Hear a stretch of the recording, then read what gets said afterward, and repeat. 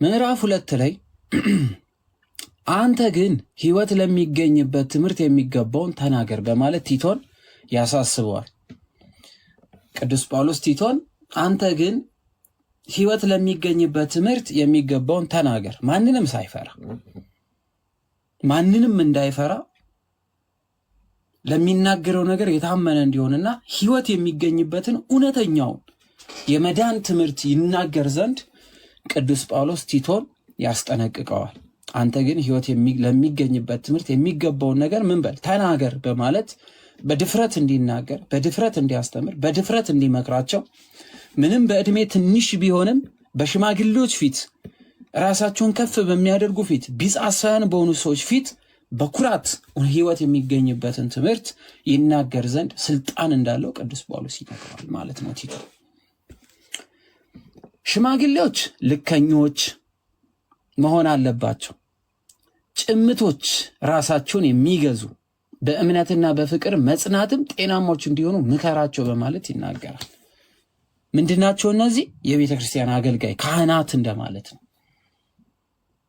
በሰውና በእግዚአብሔር መሃል ያሉ አገልጋዮች ማለት ነው። ራሳቸውን ንጹሕ አድርገው ተቀድሰው ከሰው ወደ እግዚአብሔር ከእግዚአብሔር ወደ ሰው የሚላላኩ እንደራሴዎች ሽማግሌዎች ብሎ ይገልጻቸዋል። ካህናት አገልጋዮች ማለት ነው። ስለዚህ እነዚህ ሽማግሌዎች እልከኞች እንዳይሆኑ፣ እልከኛ ማለት እንትና ተናገረኝ ቆይ ጉዱን አፈላለታለሁ ምናምን እንዳይሉ፣ ሰራለታለሁ የሚል ፉከራ እንዳይኖርባቸው፣ ካልተደባደብኩ ወንድ ኮንክ ናውጣ ምና ወዘተርፈ እንዳይሉ እልከኝነት እንዲጠፋላቸው። ሌላው ጭምቶች እንዲሆኑ፣ ጭምት ታውቃላችሁ፣ ጸጥ የሚሉ የሚታገሱ፣ ብዙ የማያወሩ ግን የሚያዳምጡ፣ ለመናገር ያልፈጠኑ ለመስማት ደግሞ በጣም የፈጠኑ የዘገዩ ሰዎች ሲሆኑ ጭምቶች ይሆናሉ። ራሳቸውን የሚገዙ ሲላቸው ገላትያ ምዕራፍ 5 ላይ የተጠቀሱትን የሥጋ ሥራ የማይሰሩ በእምነት በፍቅር በጽናትም ጤናማዎች እንዲሆኑ ምከራቸው ይላል። እምነታቸው ንጹሕ እንዲሆን፣ ፍቅራቸው ንጹሕ እንዲሆን፣ ጽናታቸው የበረታ እንዲሆን፣ አካሄዳቸው ጤናማ እንዲሆን፣ በበቀል ውስጥ ያልተዋጠ፣ በጥላቻ ውስጥ ያልተዋጠ፣ በዘር ውስጥ ያልተከፈለ እንዲሆን ቲቶ እንዲመክራቸው ቅዱስ ጳውሎስ ይጽፍለታል። እንዲሁም አሮጊቶች ሴቶች አካሄዳቸው ለቅዱስ አገልግሎት የሚገባ ይላቸዋል። አሮጊቶች ተብለው የተጠሩት ዕድሜያቸው ከ60 በላይ የሆኑ ሴቶች ለቤተ ክርስቲያን አገልጋይ የሆኑ ዘንድ ዲያቆናዊነትን ሹመት ይሾማሉ። እንደምታውቁት ዲያቆናዊት ማለት ካህናን የሚረዱ፣ ለመቅደሱ የሚሆን እሳት የሚያቀጣጥሉ፣ ቅዱስ የሆነውን ስጋውን የሚያዘጋጁ፣ የሚጋግሩ፣ በጥምቀት ሰዓት ላይ ሴቶች ዕድሜያቸው የገፉ ሴቶች ትልልቅ ሴቶች ሲመጡ ካህኑን ዓይኑን አስረው ቅባ ቅዱስ እንዲቀባ እጁን ይዘው አገልግሎት የሚፈጽሙ ዲያቆናዊት ተብሎ ይሾማል። በኢትዮጵያ ኦርቶዶክስ ቤተክርስቲያን ውስጥም ሹመት አለ። ብዙ ጊዜ እነዚህ ሰዎች ሲሰሩ ላታዩ ትችላላችሁ። ምናልባት ገጠሩ አብያተ ክርስቲያናት ላይ እነማሆይን ታያቸው ይሆናል። ለዚሁ ለቤተክርስቲያን አገልግሎት ሲጣደፉ ሲሰሩ፣ መሀል ከተማ ላይ ብዙ አይታዩ።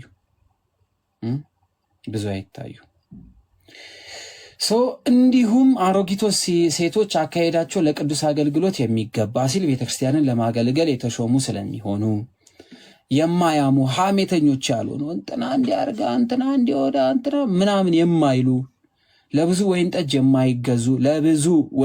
የማይገዙ የማይጠጡ አይደለም፣ የማይጠጡ አላለም።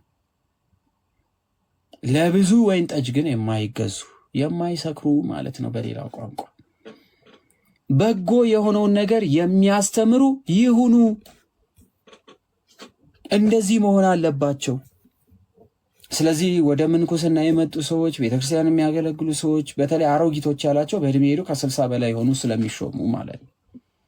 ስለዚህ እንደዚህ አይነት ሹመት የምትሰጣቸው ልክ እንደነ ፌበን እንደሌሎቹ እንደነ ጣቢታ እዚህ የሐዋርያት ሥራ ላይ የምትመለከቷት ሴት ቅዱስ ጴጥሮስ ከሞተችበት መልሶ ያስነሳት ጣቢታ፣ ፌበን ሮም ቤተክርስቲያንን የምታገለግል ለነ ጳውሎስ ትላላክ የነበረች፣ እንዲሁ ስማቸው የተጠቀሱ አብዛኞቹ ሴቶች ዕድሜያቸው ከ60 በላይ እና ከዛ በላይ እንዲሆኑ የተመረጡ እንዲሆኑ ያስቀምጣል። ቆነጃጅትም የእግዚአብሔር ቃል እንዳይሰደብ፣ በቆነጃጅት ምክንያት የእግዚአብሔር ቃል እንዳይሰደብ፣ ቆነጃጅት የሚላቸው ዕድሜያቸው ለጋ የሆኑ ወይም ደግሞ ህፃናት የሚባሉትን ከ18 ጀምሮ እስከ 30ዎቹ 20ዎቹ ቤት ውስጥ ያሉትን ባል ያገቡ ቆነጃጅት የእግዚአብሔር ቃል እንዳይሰደብ በእነሱ ምክንያት ባሎቻቸውን የሚወዱ ልጆቻቸውን የሚወዱ ራሳቸውን የሚገዙ ንጹዎች በቤት የሚሰሩ በጎች ለባሎቻቸው የሚታዘዙ እንዲሆኑ ይምከሯቸው ብሎ ያስቀምጣል። አሁን ላይ ግን ምን ትሰማላችሁ? ሚስት ለባሏ ልጅ ስለምትወልድ 8 ዓመት አርግዛ በሆዷ ስለምትይዝ ልጇን መግባ ትልቅ ስለምታደርግ ባሏን ስለምትንከባከብ ቤት ውስጥ የሁሉ ኃላፊነት ስላለባት ካሳ ባልየው ሊከፍላት ይገባል የሚል ዜና ትሰማላችሁ። ሰሞኑ እንደዛ ነው፣ ሰምታችኋል ብዬ አስባለሁ። ካሳ ይክፈላት አይደለ? ከዛ ወዲያ ምን ፌሚኒዝም ሴቶች እንደልባቸው መሆን እንዲችሉ ሃይማኖት ምን መሆን አለበት? መተው አለባቸው የሚባሉ ትምህርቶች እየሰማችሁ አይደለም?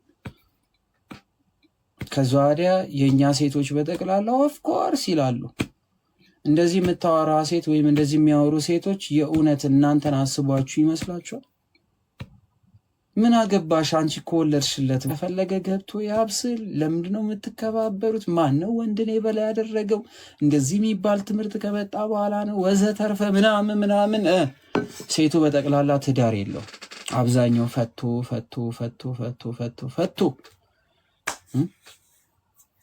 ከዛ ወዲያ ትዳር የሚባል ነገር ሆቢው እንዳይኖራቸው ይሰራባቸዋል። ወደ ፈለጉበት ቦታ እንዲሄዱ እንደፈለገ እንዲሆኑ ምናምን ይሰራል አይደለ? ለዛ ነው። ስለዚህ ቅዱስ ጳውሎስ ግን ምን ይላል? ቆነጃጅት የእግዚአብሔር ቃል እንዳይሰደብ ምን ይበሉ አለ? ባሎቻቸውን የሚወዱ ልጆቻቸውን የሚወዱ ራሳቸውን የሚገዙ ንጹዎች በቤት የሚሰሩ ልጆቻቸውን በማሳደግ ውስጥ ቤታቸውን በመንከባከብ ቤታቸው እንዳይፈርስ ለቤታቸው ምሰሶ እስከመሆን ድረስ እንዲደርሱ ያስቀምጣል።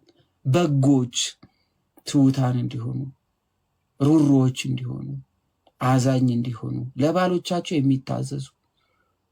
ለባሏ ስትታዘዝ እንደ ባርነት መስሏት እንዲሰማት ሁሉ አይናገርም መጽሐፍ ቅዱስ። ለባሏ ለአካሏ የታዘዘችው ከየት መታ? እሷን ቢያዛት ከየት መታ? አካሉ አይደለች? ለአካሎቻቸው እንዲታዘዙ አንድ እጅ ወይም እግር ወደፊት ተራመድ ስትሉ እግር እንደሚራመዱሉ ትከሻ የሆነ ነገር ለመሸከም ዝግጁ እንደሆነ ሁሉ ሚስት ለባሏ ባል ለሚስቱ ሊታዘዛት አብሯት ሊሆን እንደሚገባ መጽሐፍ ቅዱስ ያስቀምጣል። እንደዚህ ካልሆኑ ማን ይሰደባል? የእግዚአብሔር ቃል ይሳደብ።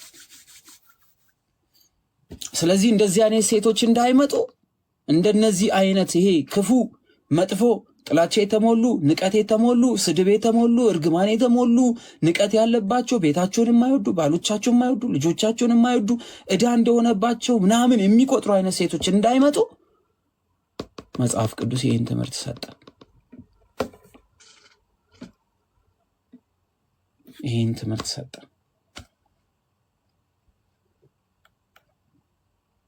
ጎበዞቹም እንዲሁ ራሳቸውን እንዲገዙ ምከራቸው። እንደዚሁ ሴቶች እንደተመከሩት እንደዚሁ ደግሞ ወንዶችም እንዲገዙ ጎበዞች የሆኑት እንዲሁ ራሳቸው ምን እንዲሉ እንዲገዙ ምከራቸው። ራስ መግዛት ማለት ከዓለም ራስን መለየት ማለት ነው። ለዓለም ሐሳብ አለመገዛት፣ የዓለም ፍቃድ አለመስጠት። የሚቃወም ሰው ስለኛ የሚናገረው መጥፎ ነገር ሲያጣ እንዲያፍር የሚቃወሙ ዝም ብሎ መቃወም ስራቸው የሆኑ ሰዎች ስላሉ የሚቃወሙ ሰው ስለኛ የሚናገረው መጥፈን ነገር እንዲያጣ እንዲያፍር በነገር ሁሉ መልካም በማድረግ ምሳሌ የሚሆን ራስህን አሳይ በማለት ለቲቶ ነገር ራስህን እንከን እንዳይገኝብህ ጣር። እንከን አንዳንዴ በስጋ እኮ እንዝላለን አይደል? እንወድቃለን አይደል? እንከን እንዳይገኝብን እንኳን መጣር እንደሚገባን ቅዱስ የሆነው ጳውሎስ ለቲቶ ይመክራል። ልጁ ስለሆነ እንከን እንዳይገኝ በአደራህ። ስለ እኛ የሚከራከሩ ስማችንን ሊያጠፉ የሚፈልጉ እነዛ አካላት ምን ብለው ምክንያት እንዲያጡብ አድርግ። በነገር ሁሉ መልካም በማድረግ ምሳሌ ለሚሆን ራስ አሳይ። በትምህርትም ደህንነትን፣ ጭምትነትን፣ ጤናማነትን፣ የማይነቅፍ ንግግርም ግለጥ በማለት እንዳይነቀፍ ከስሜት የራቅ በትምህርት ደህንነቱን፣ ጭምትነቱን፣ ጤናማኝነቱን ጭምር አሳይቶ ምሳሌ ሆናቸው የቄርጤስን ቤተክርስቲያን የቄርጤስን ሕዝብ በጠቅላላ አስደምሞ እንዲመጣ አደራ ይሰጠዋል ማለት ነው ቅዱስ የሆነው ጳውሎስ።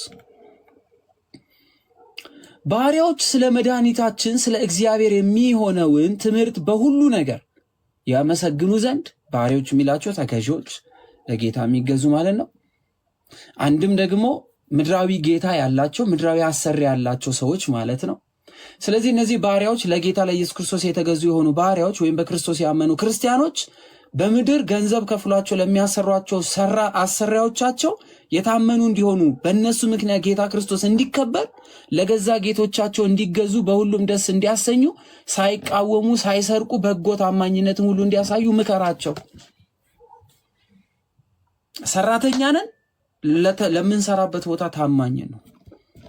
አንዘርፍም፣ ልግመኛ አንሆንም፣ አናምፅም፣ ክፉ ቃል አይወጣንም እኛ የክርስቶስ ስለሆነ።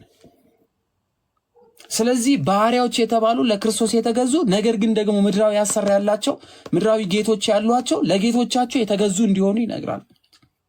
በእናንተ ምክንያት እነዚህ ክርስቲያኖች፣ እነዚህ የእግዚአብሔር ልጆች፣ እነዚህ የክርስቶስ ልጆች እንዴት ያለ ትህትናን ያላቸው፣ እንዴት ያለ ታማኝነትን ያላቸው፣ አምላካቸው ምን አይነት አምላክ ቢሆን ነው ተብሎ አሰሪዎቻቸው በሰራተኞቻቸው እስከሚማረኩ ድረስ